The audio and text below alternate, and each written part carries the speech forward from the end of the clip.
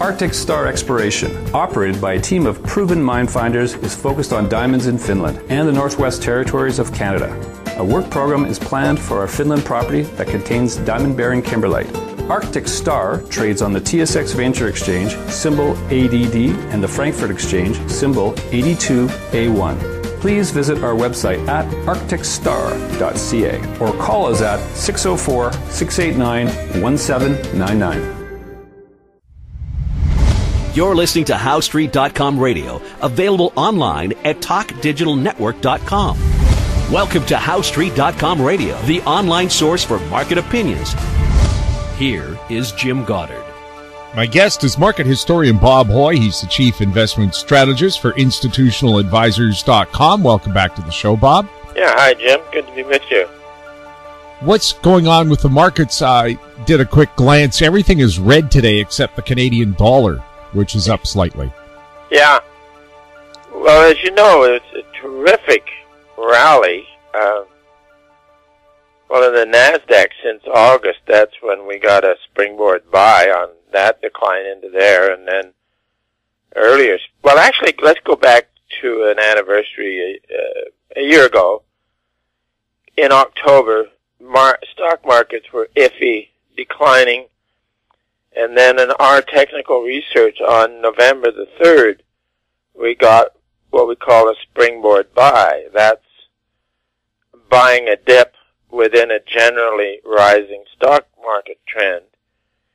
And then the election was on November the 8th, and the results were really spread around the world on the 9th, and the prospect of a change from the most anti-business administration in U.S. history to a very pro-business administration has been wonderful for the stock markets. So we, in December, originally called the rally rational exuberance because it was based on a good story. Tax reform, government taking less, individuals and business having more, which is a great idea. And then, more recently, the rally is now into bubble territory, irresistible. The public is in, and it's generating technical excesses. That would be related to momentum and related to sentiment, like the number of bulls out there. I saw one study, it got the highest since 1973 or something like that. So very, very strong markets, strong momentum, and strong sentiment, and that's, of course, what you need for the top of a highly speculative market. So one of our ideas has been that in the past there have been big speculative markets run their course and complete at the end of the year. One was the Nikkei, huge speculation in 1989. That was the last trading day of the year. Then the big bull market that completed in early January of 1973. And then, of course, the gold and silver mania that completed, I think it was January 21st of 1980. So there are examples whereby big speculations have concluded at the end of the year. And then the other long-term historical thing is that big speculations could conclude in September. This is what we had as a target, that the markets would at least rise through to September. And then in September we thought, no, this has further to go because the Dow Jones was getting into what I called bubble action. It looked like it just really wanted to run. So here we are with the markets very stretched, a possible target at the end of the year, and to my way of thinking, it might be very difficult to sustain this degree of speculation for that long. But hey, these markets have been superheroes, so who knows? But what would think is that what would be telltale signals on the ending of this speculative phase would be weaker base metal prices, which we're getting. Then other industrial commodities have been very good with this. Lumber, getting toppy, huge momentum. And crude oil ended up with a very nice rally. There was overhead resistance, maybe 55, 56, and it reached 57.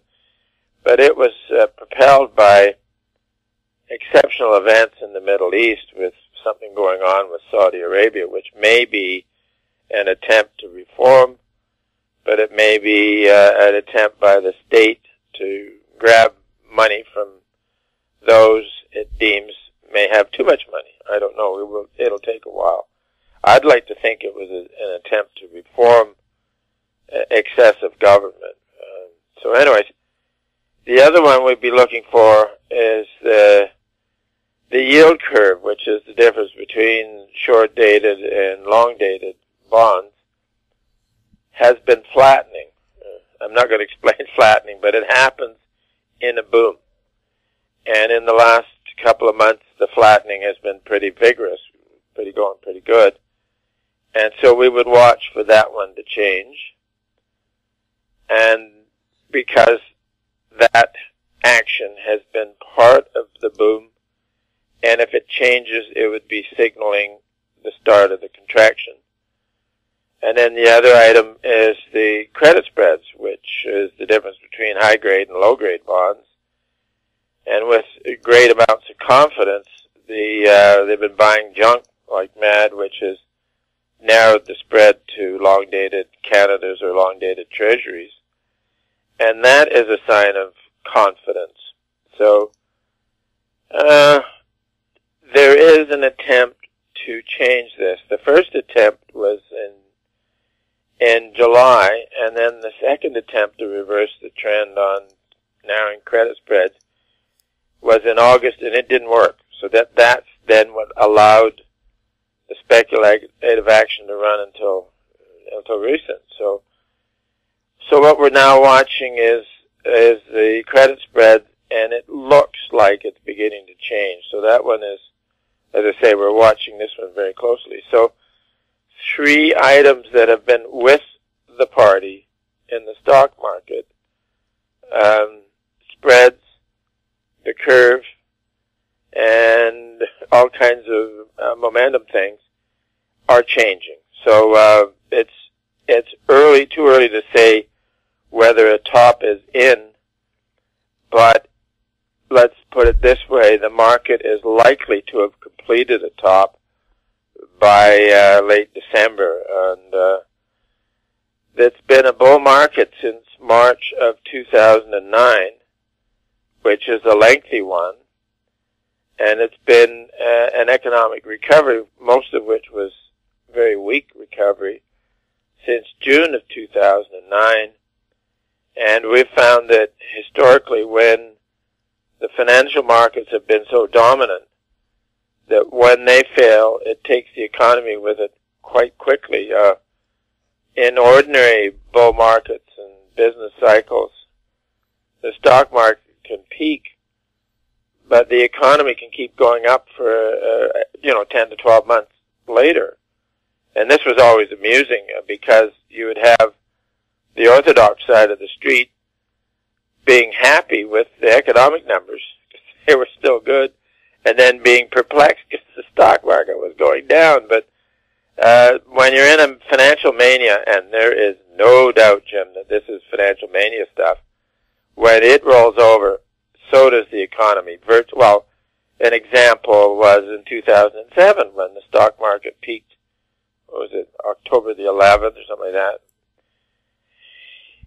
And the economy peaked that December, and then the worst contraction since the 1930s ensued. So this is where we're watching this now, because I think the same thing's going to happen. It definitely has been a financial mania, and when it fails, it'll just suck the wind out of the economy, and they will decline. So, hey, are we talking a Happy New Year? We'll have more with Bob Hoye right after the break. Hi, I'm Douglas Mason, President and CEO of Magnum Gold Corp. Inc., MGI on the TSX Venture Exchange. A 2015 drill program on the LH property intersected high-grade gold, including 16.9 meters of 13.58 grams and 11 meters of 20.66 grams per ton gold. A follow-up drill program is planned to further evaluate previously identified subsurface high-grade gold mineralization. Please visit our website at magnumgoldcorp.com. Hi, I'm Douglas Mason, President and CEO of Rainy Mountain Royalty Corp., RMO on the TSX Venture Exchange. Rainy Mountain's Brunswick property is located in the Rideout Shear Zone in Ontario, with grab samples running as high as 32 grams per ton gold. A follow-up drill program to test the numerous targets located by recent groundwork will commence later this year. Please visit our website at rmroyalty.com. Welcome back. We're talking with Bob Hoye. Bob, the Canadian Pension Fund increased its assets by $1.7 billion. They're up $328 billion. But are they heavily invested in the stock market? And if the stock market goes down, does our pension fund disappear? I wouldn't say disappear, but I'm sure they're overweighted in equities because that's the game. And this then becomes a very, very profound challenge. Because if you step out of the bubble, you're leaving a lot of money on the table. If you stay on the bubble for 2 weeks too long, you're going to lose a lot of money. And it takes a lot of time to move equities in and out of a portfolio, especially a huge one. And so it's very tough to be a fund manager. And this is where we kind of try and anticipate turns in the marketplace so that people with large amounts of or huge positions can have a time window within which to act. So, but and pension funds, they get so big, it's very difficult because, maybe decades ago you would get a problem in the stock market, and then maybe the bond market, high-grade bonds would do okay. But what you have had here, Jim, is a great financial mania in debt instruments, from junk to treasuries. Now, the treasury action reached a peak a year and a bit ago. Technical and momentum and everything was there. But it's only a month or so ago where different proxies for junk, J and K and things like that, reached trading excesses. So this presents a problem that the world has never seen before, because there never has been a bond bubble of this dimension where you have actually had yields in Europe at one point.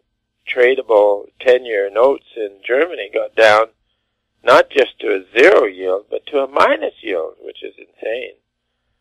But that's behind us. So I'm very pleased to be alive and alert in a time when markets are so incredible, so historical, and will show eventually here some violence. So one might as well, on investors, individual investors who are long junk bonds, it's an ideal time to come out of those.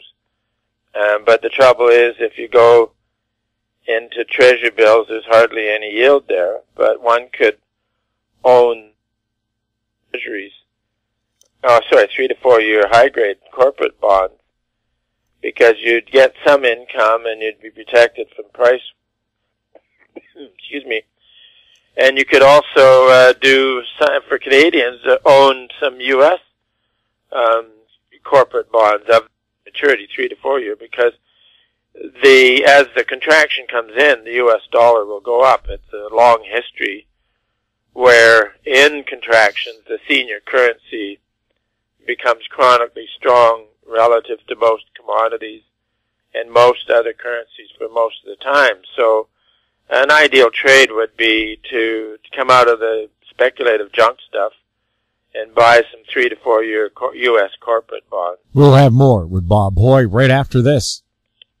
Avon Resources Limited is a gold exploration company with significant projects in British Columbia, Saskatchewan, and the Yukon. Trading on the TSX Venture Exchange, symbol ABN, and the pink symbol ABN-AF. Surrounded by world-class gold deposits and mines, Avon's 23,000 hectares Forest Kerr Gold Project is located in the heart of the Golden Triangle in northwestern BC. For more information, visit us at avonresources.com. Keep informed. Receive our weekly recap of thought-provoking articles, podcasts, and radio delivered to your inbox for free. Sign up for the HowStreet.com weekly recap on our homepage, HowStreet.com. Welcome back. We're speaking with Bob Hoye. Bob, Ottawa's rolled out a bit more of their scheme on how to sell marijuana legally to people starting July 1st next year.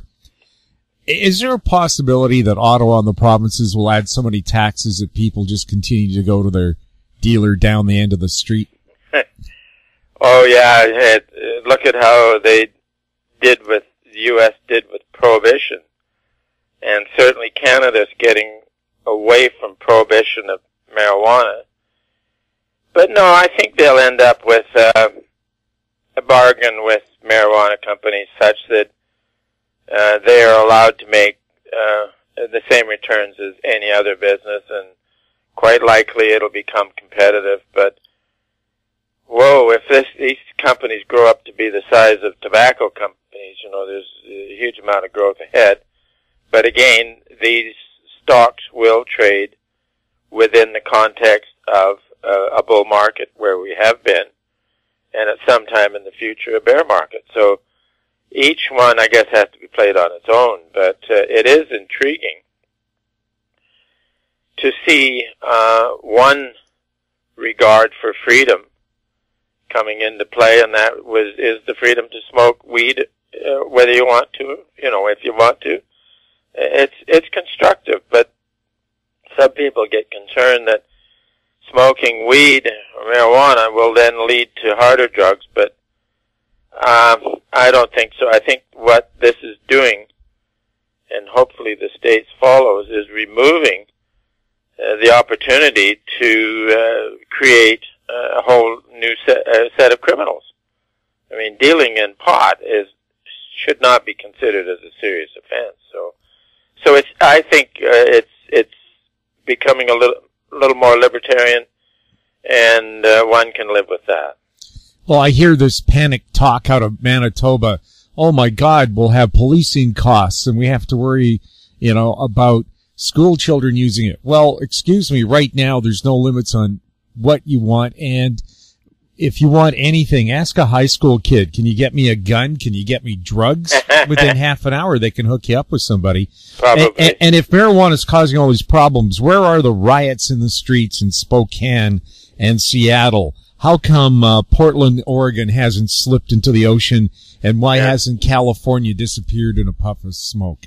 Yeah. We have these American jurisdictions with marijuana that's been legal now for years, and all they report is we have more revenue than we know what to do with. Yeah, that's one thing about getting the state on side, is on their greed side, their corruption side, and this is what I've been saying for decades. Once the state figured out how to tax the marijuana business, it would be made legal. And it sort of came along at the same time. It actually, making it legal, turned it into a business that they can tax. And when they say, well, we have to train our police how to deal with the new regulations, it's pretty well what it is now. It's illegal to use it anywhere but inside your home. And right now you don't see police raiding homes all that often over marijuana. But if you use it publicly, it's like drinking in public in Canada. You're not allowed to do it. Yeah. So, and drinking and driving and workplace safety rules, they remain the same as they are now. They remain the same. You don't want to be driving when you had too many tokes, that's for sure. Yeah, or too many drinks. But I remember, too many headache pills. In spring skiing days, decades ago up at Whistler, and have a toke or two with lunchtime and get back out on the slopes. And I must say that the moguls became beautiful. You were, and so did you. You're skiing beautifully. Well, it didn't seem to hurt Ross Ragliati, did it? Oh, yeah. Got a gold medal. Yep. Bob, thank you so much for chatting with us. Always fun, Jim, and look forward to next week. My guest has been market historian Bob Hoye. He's the chief investment strategist for institutionaladvisors.com.